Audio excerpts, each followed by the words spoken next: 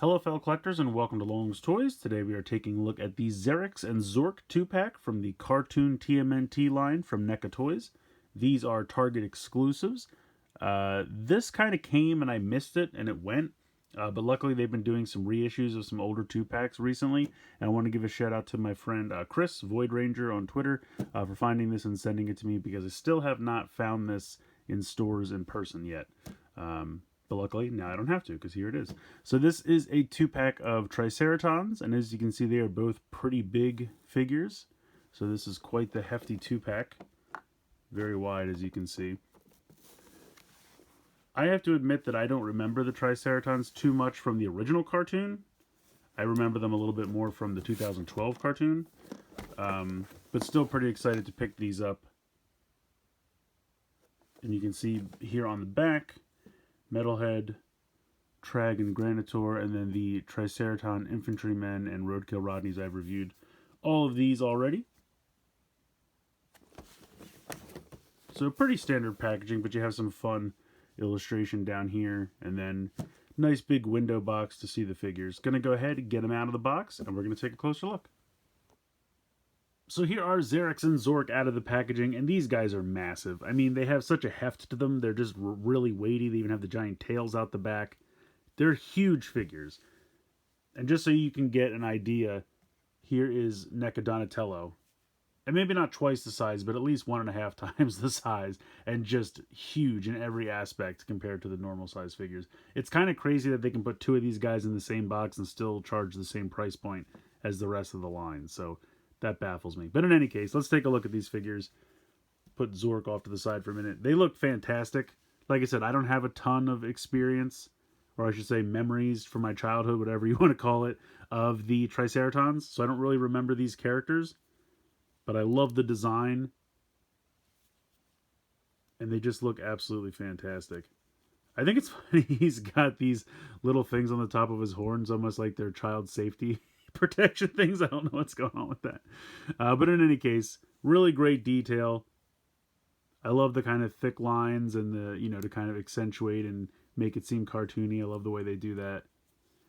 Articulation wise, his head can spin from side to side. It can go back and forth. You can open and close the mouth, which I really appreciate. It's a little difficult to actually get it open once I close it, but it is possible. There we go. And you can see that the tongue is fully painted, which I also really appreciate. Now he does have shoulder pads here, but you can still get a nice range of motion out of his shoulder. Obviously it is hindered a little bit. And also because he's got this kind of massive vest, and you can see how that kind of comes around and impedes the shoulder just a little bit.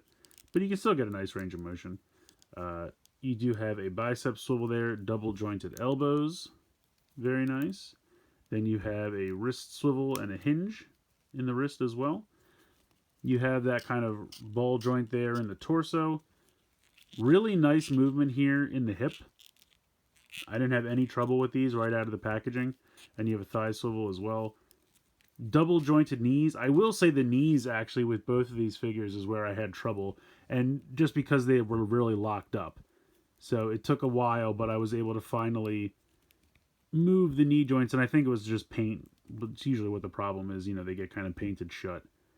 But once I could move them, they move very nice. Then you have a hinge and a rotator here in the ankle. So really nice figures. Oh, I can't forget about the tail. There's a kind of double barbell ball joint system there in the tail. So it's just a barbell with a ball joint on this end and a ball joint on this end. So you can get some nice rotation there out of the tail, which is pretty cool. So just all in all, a really great looking figure. Zork has pretty much all the exact same articulation. He looks fantastic as well. His mouth doesn't seem to open as much as Zarax does. But it can open and close. It just, for whatever reason, doesn't seem to open as wide as Zarax does. But again, fantastic detail, fantastic paint applications. I would say they're probably the same base mold, because they really do have the exact same articulation. Even has the tail back here. The tail really reminds me of Leatherhead's tail. So I don't know if it shares any molding from that as well. It does kind of really look like Leatherhead's tail in my opinion. But again, really great figures, really, really nice. And they do, of course, come with a host of accessories. So they each come with 3 extra hands. So you can see how they kind of just have these generic open hands in the box. They come with a set of closed hands, which I'd say these are really closed really tightly. I feel like getting accessories in there would be kind of difficult. But then they each come with a like trigger finger hand, which is nice because you have a lot of guns here. I feel like we've seen this gun before. Maybe it came with Bebop, or we've definitely seen this gun before. But it does fit nicely into the hand. And then you have that trigger finger. It's actually kind of a little loose, but it still works. Then you have this kind of longer rifle. And this should fit in here as well. Again, a little loose, but this one's even looser than the last. And the problem is, I think they would definitely be... These hands are kind of too tight. You can see how it's already... I don't even want to try to mash it in there because it's just going to get paint all up and down it, and I don't really want to do that. This one is probably most meant for this giant gun. And I'm pretty sure this is the same gun that came with the Infantrymen and the Roadkill Rodney set. And it's perfectly fits in there. So it's definitely meant mostly for this hand, but it can be used for the others as well.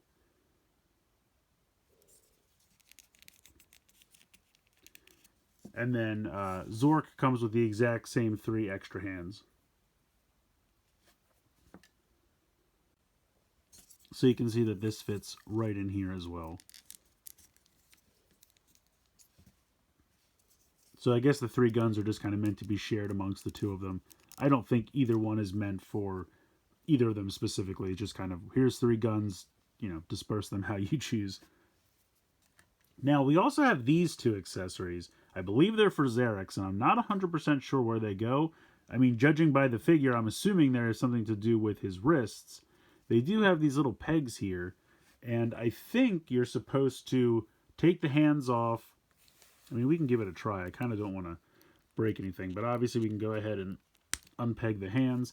And then I think these are supposed to come off. There's really no directions on the packaging or anything like that, and I kind of wish there were. I'm getting paint flecks all over the place. I think this is supposed to come off.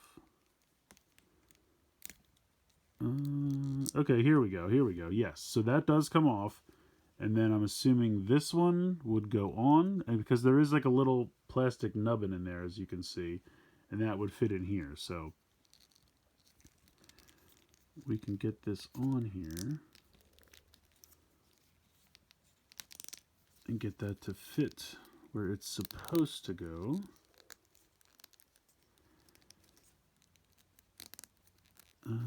Is that in? Let's see. Should be about here. There we go. And then we can put the hand back in. There we go. And then he's got these kind of, I guess they're supposed to be maybe like bladed weapons or something. I'm not really 100% sure what they're supposed to be. Because again, I don't have a lot of experience with the characters. But that's kind of cool. I like that they give you that option. It's pretty easy to pop one off and pop the other one on, as you saw. So you do get 2 of those, which is pretty cool.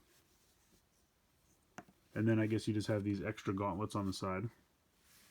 But honestly, it's a nice set. Both the figures look great. Really nicely detailed, really nicely painted. Now, I will say another one drawback of the set, as we usually have with these wrist pieces, and it's just, you can see the paint flecks are just coming off. I really wish they would stop painting the joints. It's like my only complaint. I mean, the figures are great. They're nice, gigantic figures, good articulation. Yes, the joints sometimes get painted over, but once you get them moving, they're great.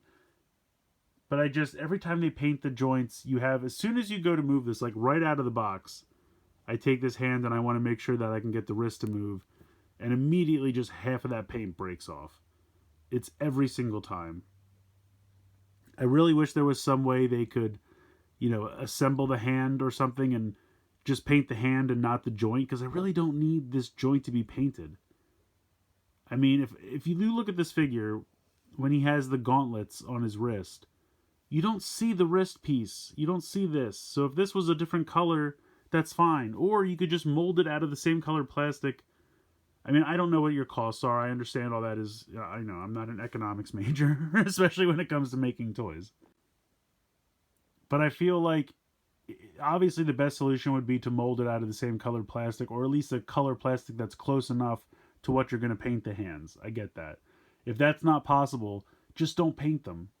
I'm fine with it because you can't see them. I mean, you really can't see them. You'd see the tiniest little bit right there.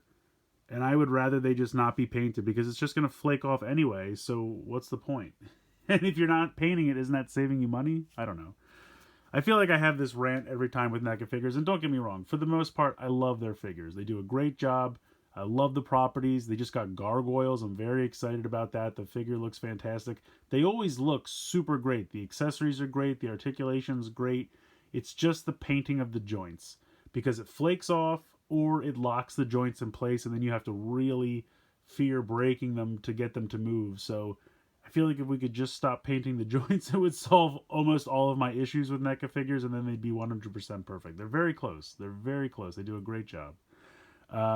In any case, rant over. These figures are great. I still recommend picking them up. They're just, I love how big they are. They're just big, massive, hulking figures, you know, someone very imposing for the turtles to have to go up against. And the accessories are great. The figures look great. The detailing, the articulation's all great. And, you know, the paint is 90% great. It's just the joints. But otherwise, it's not a reason to not buy them. It's not a big enough problem that I would say don't buy them. Just, you know, open them up, move them around the first time somewhere where you can clean off easily because you're going to have to sweep up some paint chips. But then they're great. After that, they're fantastic. So let me know what you guys think in the comments below. Please like, share, and subscribe. Hope you guys enjoyed the video. And as always, thanks so much for watching.